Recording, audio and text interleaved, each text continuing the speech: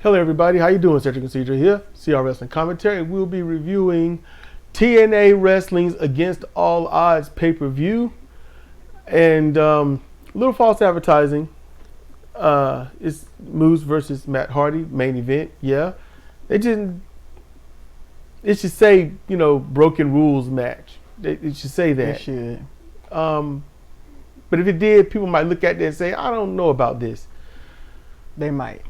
So look, before we jump right up into this, just want to say I want to do more commentary on the comments, but I can't get GIMP to work. They change things up, and that's where I usually make some of my own graphics from just words, just letters and whatnot.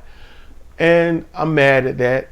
I don't want to delete it, but it was a go-to. It was a go-to app that was really good. In any case, so I'm gonna have to figure something else out because I don't want just a blank screen and all this other stuff. I need something up there.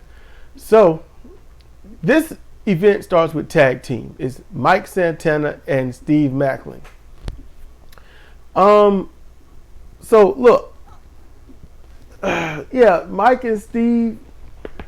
That's one thing, but then they're going against the Rascals. Yeah, and I had preconceived notions that were kind of diminished. They diffused a lot of it. Because I was like, the Rascals, they're just going to be flippy floppy people. They just can't do any pro wrestling. Mike Santana's going to be flippy floppy with some heavy strikes. Steve Macklin, I don't know what's up with him, but he seems like someone I should take serious, but he's with these three, so I don't know. That's where I was. I didn't expect any flippy floppy from Santana, and Steve Macklin, it is Steve, isn't it? Yeah, Steve Macklin. Okay. Based on the other two matches I saw, man, he seemed like he was just kind of a hard-hitting wrestler. Now, the Rascals, they look like douchebags. And I was expecting douchebaggery. Not just heel work, but douchebaggery. Like Young Buck level. Yes, precisely. So, Santana comes through the fans for he is of the people. And I don't know why I wrote for he is other the people. I know what I meant, but that's what I wrote. Reading most stuff. And then she was like, y'all may not work well together, but y'all gotta fuck them little guys up. Yeah. Yeah. That's what she said. I was like, I'm gonna write this down. She had no idea I was writing it. I'm sick of the little dudes. Why? Just little wrestlers. You tired of them? I'm tired of little wrestlers. You know why? Why? Because they all wrestle the same way. You got a point. Maybe that's what my issue is becoming. I think I'm behind on that one. They all wrestle the same way, so when they come out, you know what to expect. And if one wrestles different, it's like an anomaly. If one can actually work, it's like, well, I'll be damned. And then you want to see that one. Then you want to see that one get away from the other one because the other one's holding them back. Yada yada. Yada yada. But how do you hold someone back in a company that enjoys that? The flippy floppy stuff. Then they're not being held back. I guess they're right. They're supposed to be. It's just we don't want to watch it. Okay. I get the guy heat and all, but this is the blow off match. But what took me out of it were tons of foot jabs, thigh slaps, wasted finishes, and lengthy double teams that if the match had honest rules, DQs would have been handed out like subsidies to wealthy people. Mike got the win with a lariat, which was a good one at the end. And the fans shout for them to hug it out. Mike and Steve. And I'm like, y'all want Mike and Steve to hug it out, huh? I get it. It was just funny. Mm-hmm. I thought I found the humor. And after a bro hug, they part ways to cheers. Yay. Yay. Yay. I don't know why the fans always want somebody to hug it out. I don't know. Why do y'all want people to hug it out? I guess in this situation, they really did work well together. Yeah, because they don't... I have no memory of these two teaming up. Yes, I don't recall anything about it. And the commentary was saying that they don't team up, but they work well together. Yeah, the commentary, I swear they said they had beef. And for some reason, they were having to work together in this instance. And it's like they did good. And whatever beef they might have had, they left it on the table. There you go. Next, we get Rich Swann with AJ Francis versus PCO. This match should have been about 2 minutes. Yeah. We had fun laughing at the past of PCO just short circuiting and diving through the ropes onto the floor, and everyone looking like, what the hell? What did you do that for? Even his partner's confused. Oh man, it was a decent match that went as suspected, with AJ interfering here and there at key moments. AJ was good at this though, so I ain't trying to short sell. He did good. PCO got his stuff in and finished with the moonsault for the win. Swan, I want him to go somewhere and bathe and shave his head and try again. Yeah. That's what I want.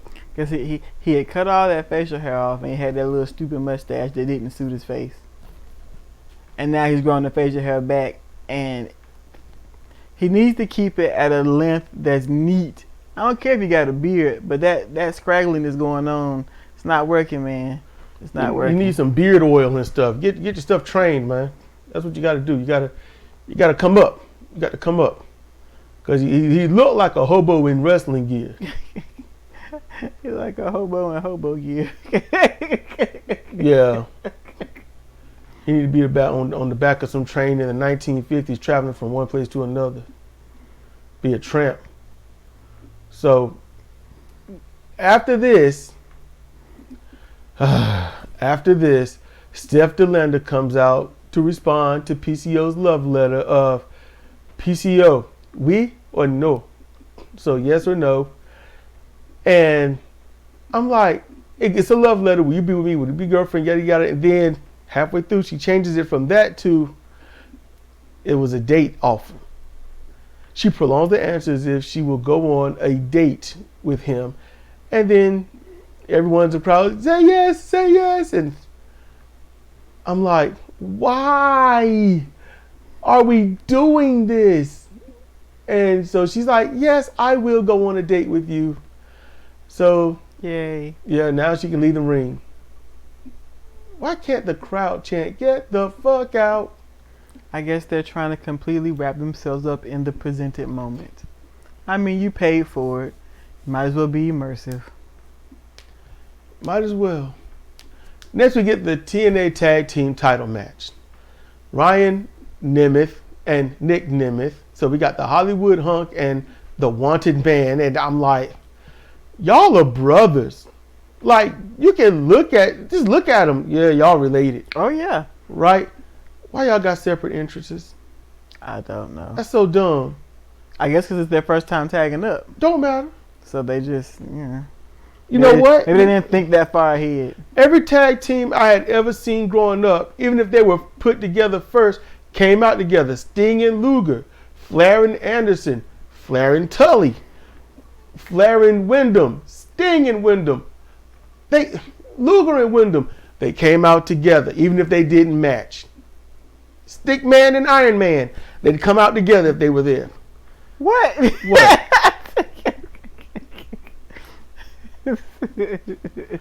So they're going against the System's Brian Myers and Eddie Edwards, known as the System, with Alyssa Edwards, so Eddie's wife. Okay, so we got the brothers Nemeth versus the System. Now, granted, I was like, I think I'm gonna like this match. Let's just see how this goes, because I like Nick Nemeth from what I saw him with Moose. Yeah. I was like, I like this dude. Yeah. So, and Ryan Nemeth can go. He just he's a dick bag, but at the same time, you know, he all right in the ring. Just locker room. He had to get away from AEW. So, in any case, the System had allegedly 2 defenses in 100 days. I'm like, seriously? It's not a lot. Commentary tries to cite quality over quantity. True, but isn't there still a standard 30-day clause? Yeah. So I'm like, if you got to defend every 30 days, but you say, we'll wait a month and a half. No, man. So, okay. The match comes to an even heat, and then Moose walks out. The match was going all right. It was very standard looking. And after the tag team finish combo, the Nemeths are shorted for sure with, and it's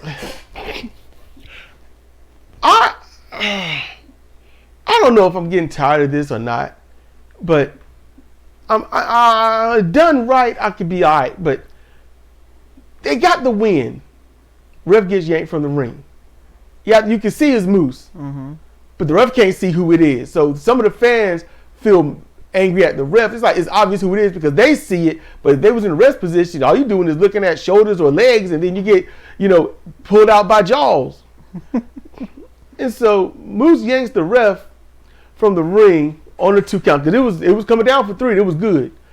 Moose blames Dirty Dango, who had came to the ring, and I don't know this guy, and I don't really care. So Dirty Dango came to the ring and dropped down on Alicia and got her kicked out. Oh, that's what he did? Yeah. Okay. I thought I wrote that she got I didn't care.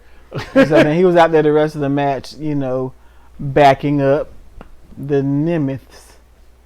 Yeah, the brothers Nemeth. See, that'd be a good name.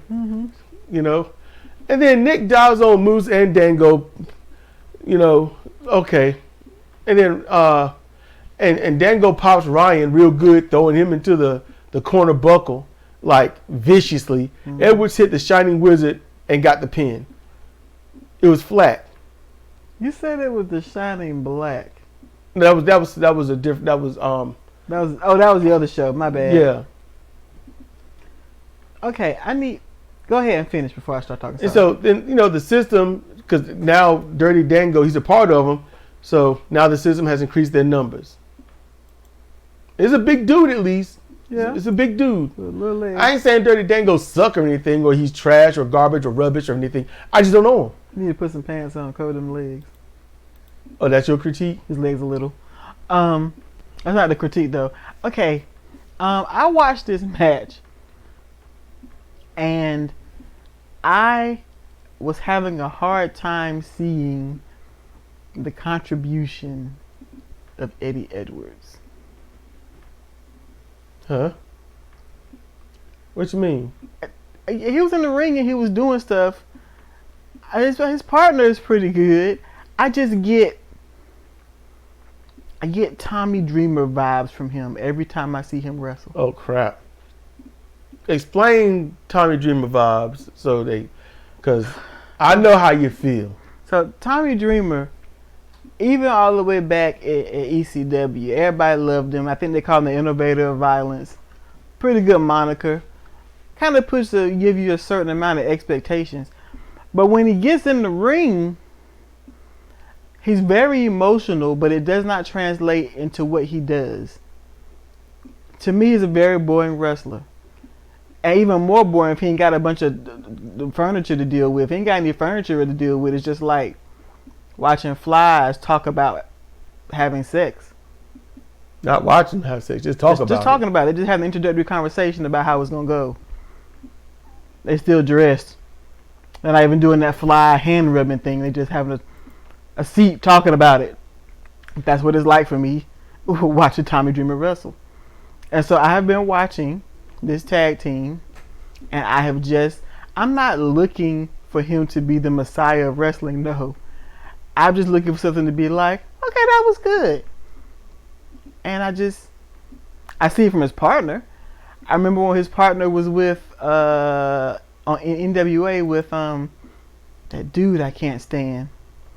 There's a lot of dudes you couldn't from stand. NWA. The bearded one. Cardino. What's his name? I could not remember his name. Matt Cardona. Yeah, there you go. I recognized his skill when he was wrestling there. Okay, this dude's good. I see the same thing now. I don't see it. I just don't see it from Eddie Edwards. So you're good with Myers. It's just Edwards. Yeah. I'm trying to remember why did I like you back in the day with the American Wolves, but I'm guessing he's probably a completely different wrestler maybe than he was then. It's been a long time. I don't see it. Okay. So now y'all get it. Next we get singles action. Joe Hendry with Ace Steel versus Frankie Kazarian. Oh man. This match messed us up. Woo. It was a highly standard match, really good wrestling. Hendry lands a backdrop. This is at the end. Hendry lands a backdrop and then gets pinned by Kazarian. We're like, what? So confused. So we see it. He picks him up and he falls back. His hands flop. So we're highly confused, as well as the ref, and the fans too. And Frankie points to his head, signaling like, I'm smart up here. You know, I got over on him. And I'm like, what? What happened? So we kept rewinding it, but we couldn't see anything. So I began thinking it was a head injury or something like that. Yeah. And I think she was using the same area too. Yeah. And Like so something happened. They just had to end it quick. then they replayed the setup with a slightly different angle with slow motion, and Frankie pulled an object from his trunks and then popped Hendry in the midst of the backdrop. It's an old school spot. It's a very old school spot. He did it flawlessly. He did it too good. Yep. He got the pin with it. And I wrote smooth as butter. It was so good the fans didn't even see it. That in production wise, that's not good at all. But as a sport, it was perfect. Yes. Because the crowd was like, well, huh? What? You can hear it. They was like, we don't get it. You can hear it. You could feel it. Frankie, I'm gonna be honest with you. He got the move of the year. That's the move of the year. That was too good. That was too good. You know, it would be a good match. It's just straight at the top of my head. Frank Kazarian and Chase Owens. Who Owens? Chase. I can't remember who Chase Owens is. Chase Owens from New Japan Pro Wrestling. Bullet Club, Crown Jewel. Damn, his name was Chase, wasn't it? Yeah. Man, damn, Chase is that's the masterpiece of wrestling right there. They might have a slam dunk match. As if Chase can still do what he do. If he's smart, he's staying away. He's staying away from AEW. America. Yeah, From America. Stay in Japan and stop eating after Fale. You're gonna get too big. Yeah. Fale was doing. Fale a big dude with a high cardio, with high metabolism. You little, with regular metabolism. You can't be doing that KFC buffet. No, you can't do the Fale diet. So next we get the X Division title match: Trent Seven versus Mustafa Ali. The fans cheer for the Chicago hometown guy, and Seven, he shows footage of a post interview where Ali yells at his staff, cites that he doesn't care about Chicago and the belt means nothing because it's only a prop. So there's that, and the fans were like, man, you can hear they felt betrayed. But then it didn't take long. Crowd just don't care. I don't know. They don't care. After a quick pummeling, Ali goes after the lead commentator who begs off, saying he was just asking questions. You did this. No, I didn't. It's like, you said what you wanted to say. I was just asking questions, man. And so we was laughing at that. Seven goes back to beating on Ali. Ali and Trent really go at each other for like the whole match. The whole match. It was a good match. Ali does not skip match day. All right. The fans are up the whole time. Ali cheats wherever and whenever he can. Ali takes well-timed shots at Trent's leg, which was good. DDT off the top rope to the leg. That was nasty looking. Yep. Trent lands great dragon bombs and strikes. Trent uses the burning hammer and a return low blow, because that was a receipt, but only for a 2 count. After a brutal match, Ali scores the scorpion hold after the Scorpio splash to the legs, and he gains a submission victory. Yep. And then you got Seven there, but Ali goes over and trash talks him and stuff. Well, and I'm like, Seven, you might have to get up and do something. Yeah. I was like, you looking like a little bitch right now, man. That's true, but Seven's knee was hurt. Yeah. And even if it wasn't hurt for this match, his knee was hurt. He took a DDT off the top rope that jammed his knee. And if it didn't, it looked like put it like this. That's why good workers are needed. And if anybody has experienced debilitating knee pain, they know that he should have tapped out right then. The match should have been over after that. Oh, no, that's me. That's it. I'm done. I'm done. I would have tapped out. And it would have been like, well, no, I'm done. Roll out the ring, bro. Yep. That's my knee. That's my knee. I'm getting this pipe from under this ring. You come after me, it's your ass. I'm just backing up. So the fact that he continued is admirable, to say the least, because a knee will take you down. A knee will make your arms not work. A knee will make a 10-foot journey a lifelong trek. You understand what I'm saying to you? So we got our knee issues over here. You know, it's like somebody with a back injury and you comfortable in that chair, and then you got to get up. Mm-hmm. Woo-wee. So, okay, we get tag team action, and they still together. It's weird. Josh Alexander and Eric Young. Yeah. Okay. Versus the ABC. And I was like, why y'all trying to be kids and stuff? And then we learned, okay, it's the Ace and Bay connection. You know, Ace Austin and Chris Bay. And I remember, who was it? Austin Aries and Ace Austin. So Ace Austin Aries. They kept trying to get the moniker of Double A. And it's like, no, not only do the fans think that you should die for trying, but I think wrestling legalese you can't do it. It's only one Double A. Yep. And when he's gone, you really can't be Double A. Oh. You know, and you can't be Triple A. They'll sue you too. Oh yeah. The company and the insurance. You know. So this is a damn good tag team match though. Only issue is the ref being pointless in terms of the wrestlers being in the ring way too long without any count. This is a great mid-level tag team match. They did what they needed to do, but did nothing an expert tag team would do. There was no ring cut off, no calling shots, no trying to break up the teamwork or own the ring. None of that. Who did ABC wrestle? Oh, I got it. Yeah, Alexander Young. Alexander Young 6. Young 6. Young 6. His singlet has got Young down the middle of it in the back, but the last letter is not a letter. It's not a G. It's a 6.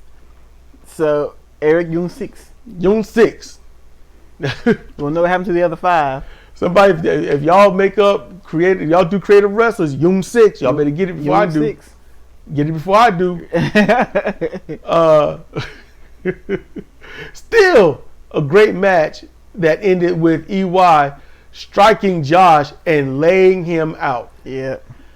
I mean, he fell. I'm like, EY hit, Austin and Bay like that, but they got up. I'm like, it's not, continuity. It's a thing here. But okay. ABC got the combo double team move with Bay getting the win on EY for his team. That's nice. It was good. I like, what's his name? Ace Aries? Ace Austin. Ace Austin. Okay. See, I done messed you up. You did mess me up. Ace Austin Aries. I like Ace Austin. I like his look. He's small, but he doesn't look worthless. Him got meat on his bones. Yeah, he looks like a young Chris Sabin before Chris lost his thighs. Yeah. Mm-hmm. Okay. That's who he reminds me of. I mean, he did all right, but you could take one of the Rascals and put them in place of Chris Bay, and it would have been the same match. Yeah. I mean, he did his job that he's trained himself to do, but Ace Austin, he can do the flippy flop, but he's got a good ground game. He does. He's got a really good ground game. I guess he's the male plush of this company. Maybe Sabin is who he grew up idolizing or something. But Bay did his job. He took a lot of punishment in the ring. He's just a little dude doing little dude stuff, and that's wearing on me. Yep. And now we get to the Knockouts title match.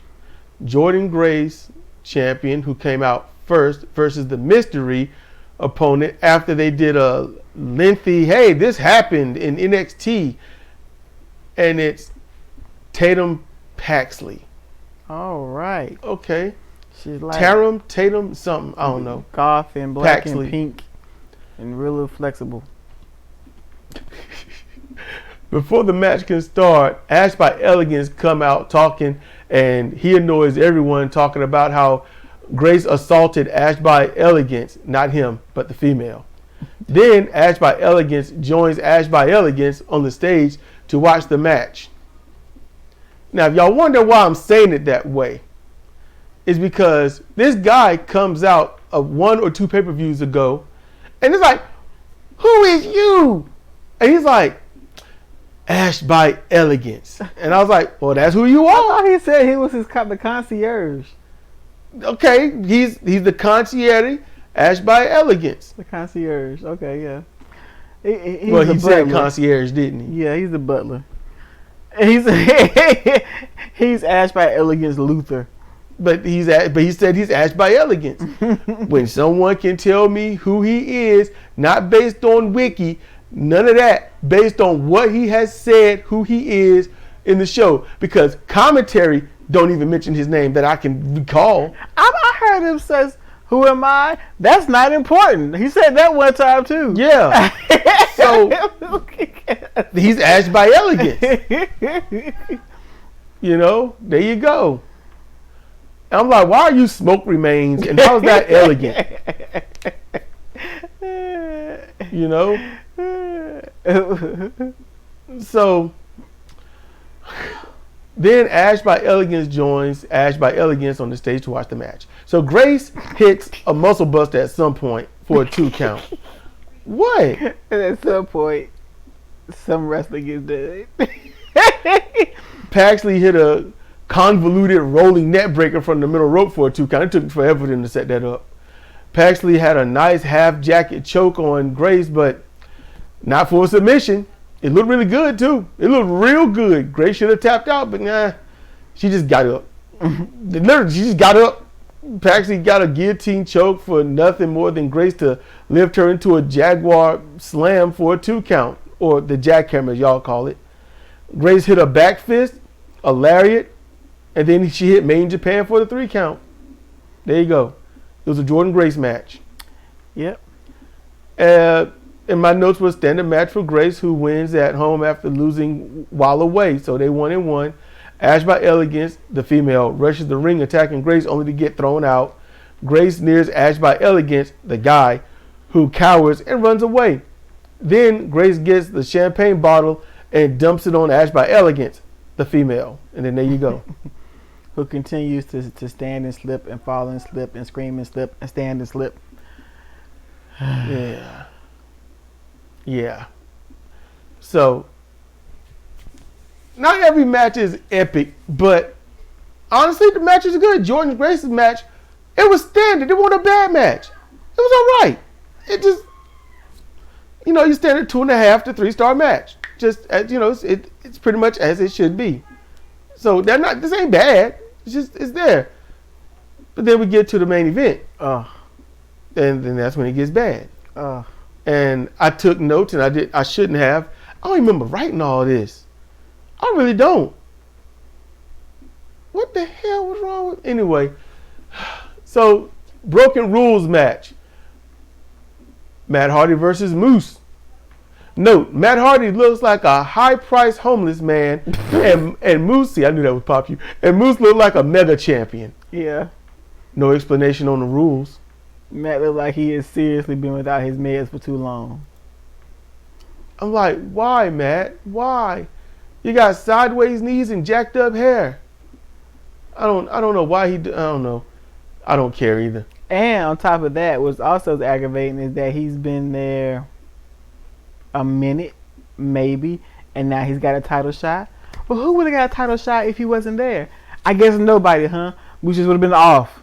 I'm sure there was somebody else in this company who's been wrestling this whole time before Matt came back who could have been due a title shot.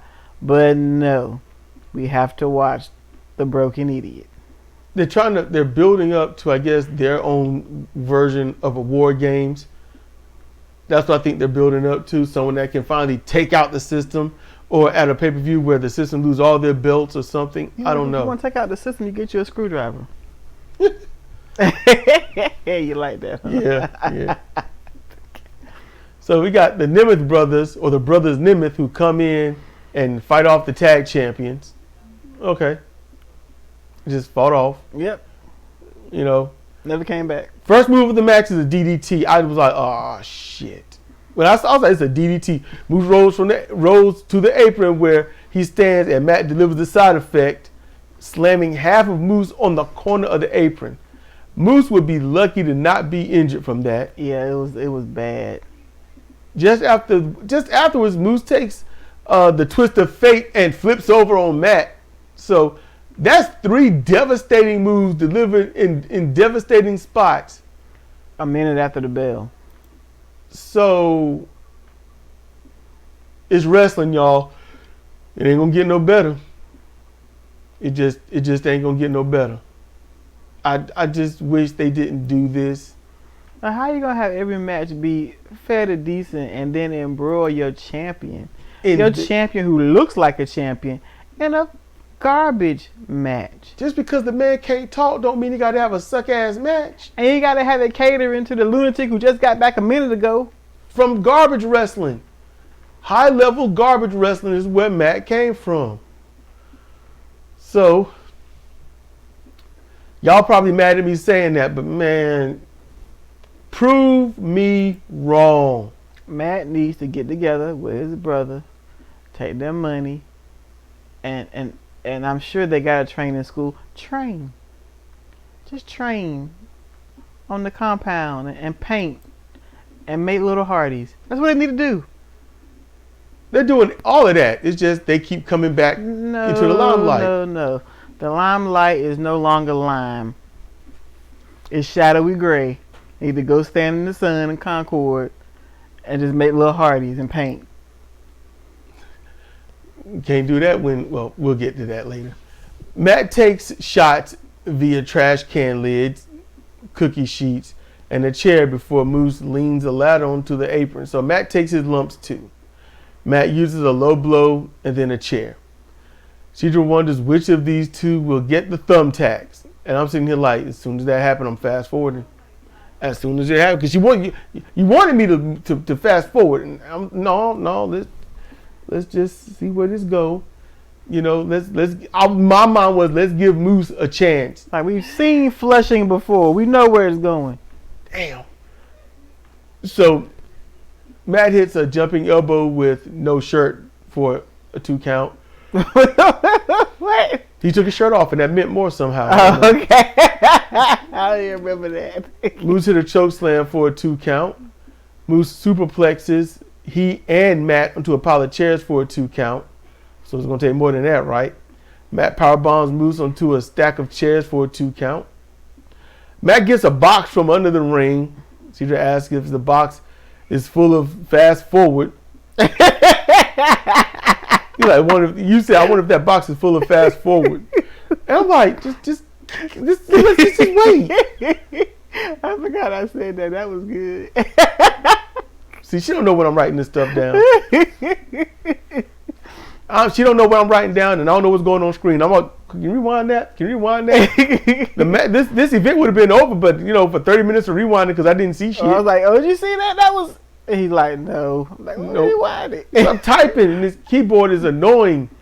So, okay, Moose opens the box, and it's a Patriots football helmet. Apparently, he was a Patriot.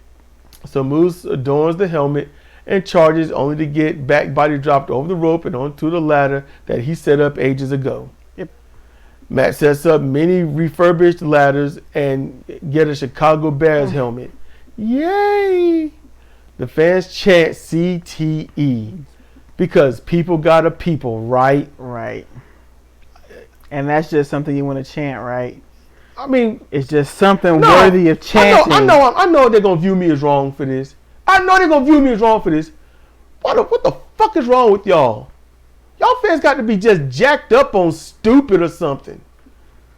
It won't like, no. Like sometimes they climb a ladder. Please don't die, right? Mm-hmm. It wasn't like no CTE or CTE. No, it was CTE, and it was a joyous chant. Yes, like that's the best thing in the world. God damn, man. It's incredibly disgusting. Matt does a diving leg drop from the ladder onto Moose, breaking a table. Good spot. Not going to get the win because, they got to do what they got to do. Matt does the chair halo twist of fate for a 2 count, broken up by Alyssa Edwards, who keeps wailing away at Matt. Okay. Then Rebecca Hardy runs in, and we get a cat fight until Rebecca lands a twist of fate. Cedric didn't recognize Rebecca because she lost weight. She got in shape. It's the brighter. same chick that was walking around on crutches in AEW? Yeah. Really? Yeah. Man, she lost weight and height. Just saying. But she was on crutches, probably up on her toe a little bit. I don't know. I don't care. She's like a different chick altogether. Yeah. Matt plans to spear Moose, who pulls Rebecca in the way, and Matt spears his wife through the table. Moose spears Matt and then gets the win. Hey. Chairs, tables, spills, helmets, all this stuff. And then a barely touched rolling spear and got the win. After the match, the system attacked Matt and Rebecca, who holds... And Rebecca, she's holding her wig for dear life. Yes, she is. She's holding it. The Nemeth brothers return to help before they get shut down. I said, Jeff will show up. And then Hendry, he runs in to help, but he gets beat down. And then I wrote Jeff needs to run in. So then Jeff Hardy shows up. Jeff stands with a chair for a moment as if he doesn't know what the hell he's supposed to do. And then he walks in, jogs in, and achieves a run about a step before getting to the ring. And he runs in, breaks down the ring defenders, and lands the Swanton on Moose.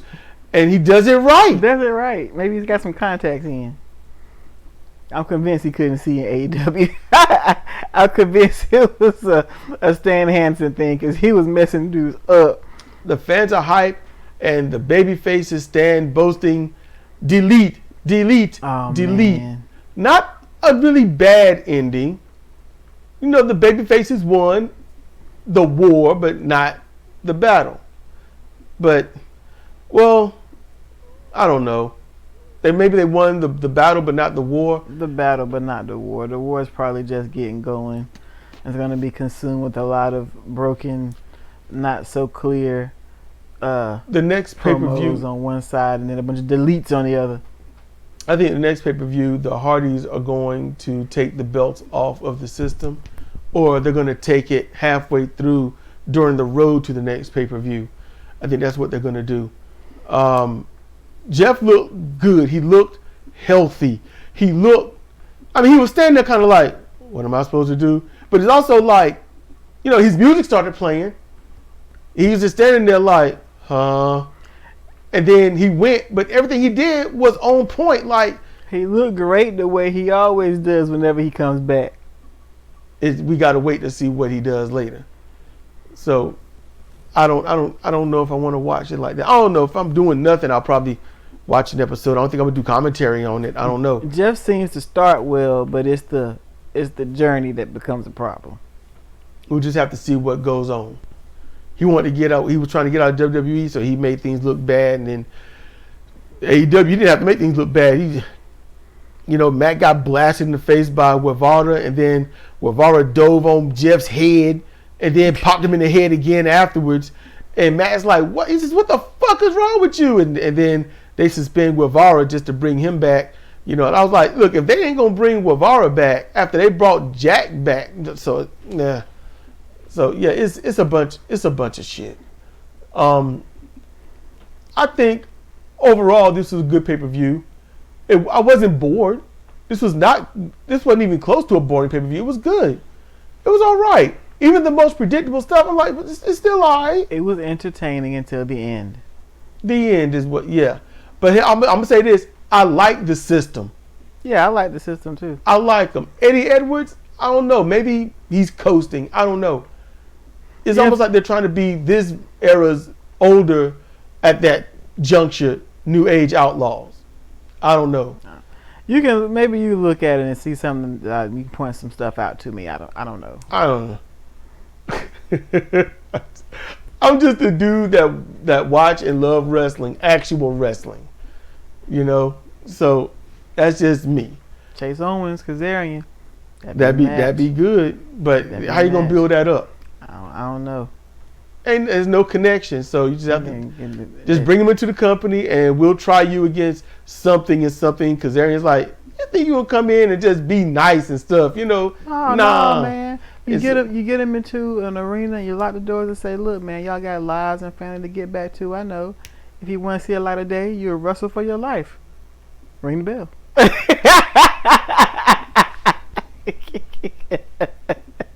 And see, you trying to be like my former friend, so you're gonna have them jumping through Oakwood tables too, huh? No tables, no chairs, no tigers, no bears. Just two men in the ring and a referee. Okay. Just you want to go home? Somebody got to not be able to go home. You ain't got to kill him. You just gotta have a wrestling match like you would want to see when you were just mere boys. Ooh, that'd be tough. That'd be tough. That's all I ask. Just some kidnapping and wrestling. That's all. Kidnapping and wrestling. Kidnapping and wrestling. Well, that's the next promotion, everybody. Kidnapping and wrestling. So look, that's gonna do it for us. All right. This has been Cedric Casita for CR Wrestling Commentary on TNA Wrestling's Against All Odds pay-per-view. And with that, we want y'all to be cool, be chill, be safe, and we will see you next time.